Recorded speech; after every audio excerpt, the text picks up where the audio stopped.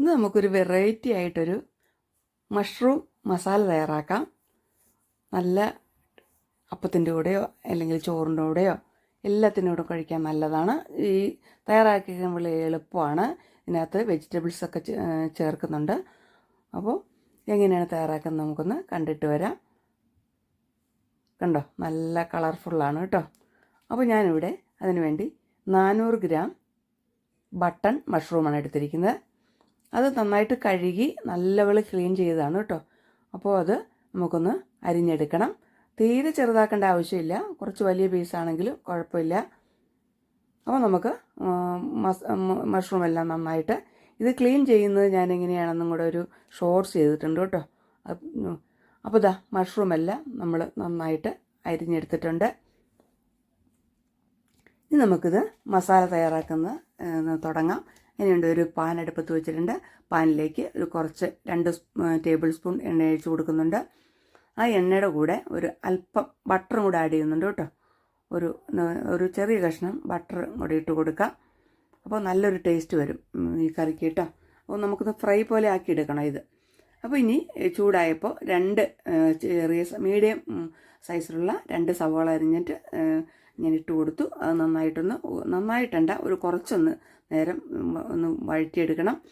ഇനി നമുക്ക് ഇതിനകത്തേക്ക് ഒരു ചെറിയൊന്ന് കളറ് മാറണം കേട്ടോ. ഇഞ്ചി വെളുത്തുള്ളി പേസ്റ്റ് ചേർത്ത് കൊടുക്കാം. 1 സ്പൂണേ ഞാൻ ചേർക്കുന്നുള്ളൂ.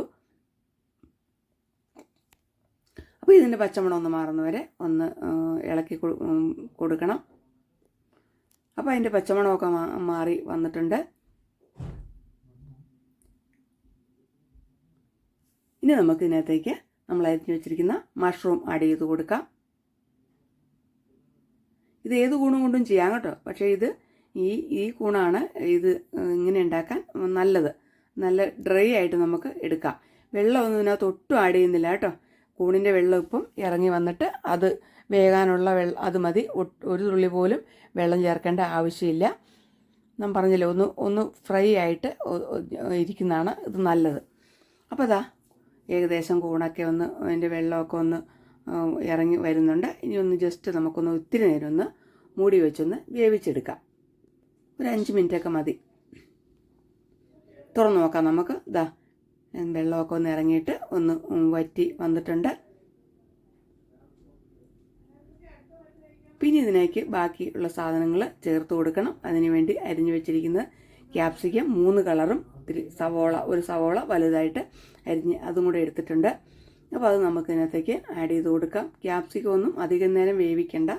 ഒരു 2-3 മിനിറ്റ് നേരം ഒന്ന് നല്ലതായിട്ട് ഇളക്കി കൊടുക്കണം. തീ ഒന്ന് മീഡിയം ഫ്ലെയിമിൽ ഇട്ടാൽ മതി കേട്ടോ.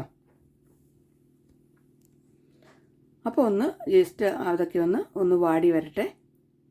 വാടി വന്നു കഴിയുമ്പോൾ നമുക്കിനി ബാക്കിയുള്ള സാധനങ്ങളൊക്കെ ചേർത്ത് കൊടുക്കണം.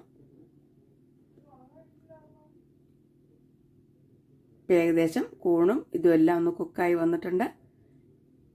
വേണമെങ്കിൽ 1 മിനിറ്റ് ഒന്ന് മൂടി വെച്ച് ഒന്നും കൂടെ ഒന്ന് ഇളക്കി കൊടുക്കാം. അപ്പോൾ നിങ്ങളിത് ചെയ്ത് നോക്കണേ. ചെയ്ത് നോക്കിയിട്ട് അതിൻ്റെ അഭിപ്രായങ്ങൾ അറിയിക്കണം. അതുപോലെ തന്നെ വീഡിയോ ഇഷ്ടമായെങ്കിൽ ഒന്ന് ലൈക്ക് ചെയ്തേക്കണേ. കുരുമുളക് പൊടി 1/2 സ്പൂണ് ചേർത്ത് കൊടുക്കുന്നുണ്ട്. നമ്മൾ വീട്ടിൽ തയ്യാറാക്കിയതാണ്. ഇത് അല്പം മുളക് പൊടി എരിവനുസരിച്ച് ഞാൻ 1/2 സ്പൂണേ ചേർത്തിട്ടുള്ളൂ. കുട്ടികളൊക്കെ ഉള്ളവർക്ക് എരിവുണ്ടെങ്കിൽ ബുദ്ധിമുട്ടാണ്. ഇനി വേണമെങ്കിൽ ഒരു അല്പം മഞ്ഞൾപ്പൊടി അത് വേണമെങ്കിൽ ചേർത്താൽ മതി കേട്ടോ. ഞാൻ അല്പം ചേർത്ത് കൊടുത്തു. ഇത് വിനാഗിരിയാണ്. 1 സ്പൂണ് വിനാഗിരിയും കൂടെ ഒഴിച്ചു കൊടുത്തിട്ടുണ്ട്. ഇനി നമുക്ക് ഇതിനകത്ത് 1 സ്പൂണ് സോയ സോസ് ചേർത്ത് കൊടുക്കുന്നുണ്ട് കേട്ടോ.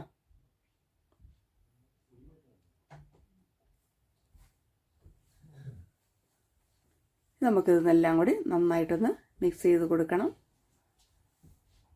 Soya sauce കൂടിപ്പോരുത്.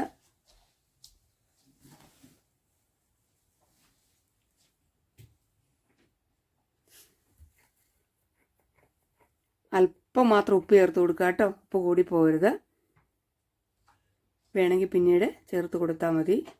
അപ്പോൾ ഇപ്പോൾ നമ്മുടെ മഷ്റൂം മസാല ഏകദേശം റെഡി ആയിട്ടുണ്ട്. നല്ല കളർഫുള്ളാണ്. കുട്ടികൾക്കൊക്കെ കണ്ടാൽ നല്ല ഇഷ്ടമായിട്ട് അവർ കഴിച്ചോളും. ഇനി നമ്മൾ കുറച്ച് മല്ലിയിലയും കൂടെ അരിഞ്ഞ് വെച്ചത് ആഡ് ചെയ്ത് കൊടുത്താൽ മതി. ഇനി നമുക്ക് അടുപ്പ് ഓഫാക്കാം. ഓഫാക്കിയിട്ട് ഒരു കുറച്ച് നേരം, ഞാൻ പറഞ്ഞില്ല എൻ്റെ ഒന്ന് ഫ്രൈ പോലെ ആവണം.